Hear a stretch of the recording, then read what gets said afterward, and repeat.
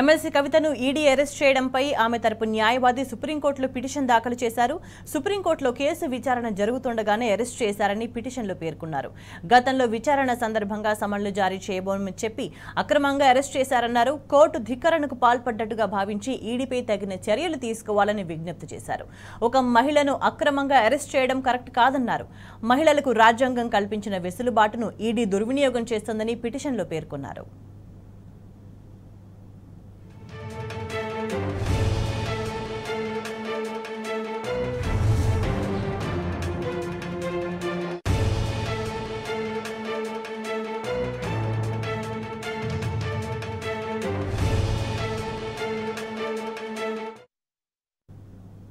ఈ పిటిషన్కు సంబంధించి మరింత సమాచారం మా ప్రతినిధి లివిల్ మనకి లైవ్ లో అందిస్తారు. లివిల్,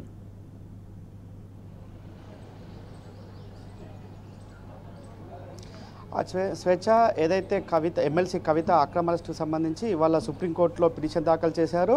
ఒక మహిళకు రాజ్యాంగం కల్పించిన వెసులుబాటును ఈడీ దుర్వినియోగం చేస్తుందని చెప్పేసి కూడా కవిత తరపు న్యాయవాది మోహిత్ రావు పిటిషన్లో పేర్కొన్నారు. అంతేకాకుండా ఏదైతే గతంలో కార్తీక్ చిదంబరం సంబంధించిన నళిని చిదంబరం సంబంధించిన కేసు ఏదైతే ఉందో మహిళలను విచారణకు పిలవాల్సిన అవసరం లేదు, ఇంటి దగ్గర విచారించాల్సిన అవసరం ఏదైతే ఉందని చెప్పేసి పిటిషన్ వేశారో ఆ సుప్రీంకోర్టులో కేసు వాయిదాలు పడుతూ వస్తుంది. ఆ వాయిదాలు కూడా గతంలో ఈడీ అధికారులే అనేక మార్లు వాయిదాలు కోరని చెప్పేసి మొన్న ఇక్కడ రౌజ్ అవెన్యూ కోర్టుకు సంబంధించి ఏదైతే వాదనలు జరిగినాయో అక్కడ విక్రమ్ చౌదరి చెప్పారు. అక్కడ వాదనలన్నీ కూడా ఈడీ అధికారులు దుర్వినియోగం చేశారని చెప్పేసి కూడా చెప్పారు. ఆ నేపథ్యంలో ఏదైతే ఇటు ఎమ్మెల్సీ కవితకు సంబంధించి గతంలోనే మేము అరెస్టు చేయబోమని చెప్పారు, విచారణకు ఎప్పుడు పిలిచినా హాజరు కావాలని చెప్పారు, మేము బలవంతపు అరెస్టులతో పాటు ఇబ్బందులు పెట్టమని చెప్పేసి కూడా ఆనాడు చెప్పి ఇవాళ ఏ విధంగా అరెస్టు చేశారని చెప్పేసి దానిపై పిటిషన్ దాఖలు చేశారు. ఈ పిటిషన్ ఇవాళ పొద్దున సుప్రీంకోర్టు దాఖలు చేశారు. అయితే ఈ పిటిషన్ రేపు ఏదైతే ఇప్పటికే నళిని చిదంబరం సంబంధించిన కేసు కావచ్చు,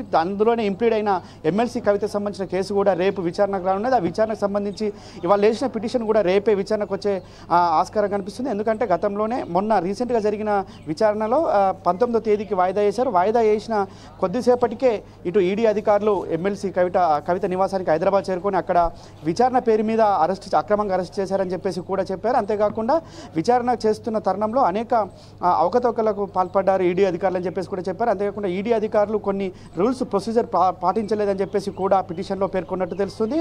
ఏదైతే మహిళలకు సంబంధించిన వెసులుబాటు ఏదైతే ఉందో అది ఖచ్చితంగా ఈడీ దుర్వినియోగం చేసింది. దానికి దుర్వినియోగం చేసిన తరుణంలోనే ఇవాళ అక్రమంగా అరెస్టు చేసి ఢిల్లీకి తరలించారని చెప్పేసి కూడా పిటిషన్లో పేర్కొన్నారు. ఒక రాజ్యాంగబద్ధమైన పదవిలో ఉన్నారు. రాజ్యాంగబద్ధమైన పదవితో పాటు ఆమె సుప్రీంకోర్టులో పిటిషన్ ఇంప్లీడ్ అయింది కాబట్టి ఆ పిటిషన్ విచారించిన తర్వాతే ఏ విధమైన ఎలాంటి చర్యలైనా తీసుకోవడానికి ఆస్కారం ఉంది. కానీ ముందస్తుగానే అటు విచారణ వాయిదా వేసిన అనంతరం కొద్దిసేపటికే ఇటు విచారణ పేరు మీద వచ్చి అరెస్టు చేయడం అక్రమం అని చెప్పేసి కూడా ఎమ్మెల్సీ కవిత తరపు న్యాయవాది చెప్తున్నారు. అయితే ఇది రేపు విచారణకు రానున్నది సుప్రీంకోర్టు విచారణ అనంతరం ఏ విధంగా ఉంటుందని కూడా మనకు మరింత సమాచారం ఉంది. అయితే ఇప్పటికే 7 రోజుల కస్టడీకి ఇచ్చిన నేపథ్యంలో ఇవాళ 2వ రోజు ఈడీ అధికారుల కార్యాలయంలో ఈడీ అధికారులు కొద్దిసేపట్లో విచారించున్నారు. ఇప్పటికే ఏదైతే గతంలో కూడా విచారణ సమయంలో ఏ ఆధారాలు కావాలంటే ఆధారాలు ఇచ్చారో విచారణకు అన్ని రకాలుగా సహకరించారు తప్ప ఎలాంటి ఇబ్బందులకు గురి చేయలే. వారు వచ్చిన ఆఫీసర్లకు అన్ని సమాచారం ఇచ్చారు, వారికి అన్ని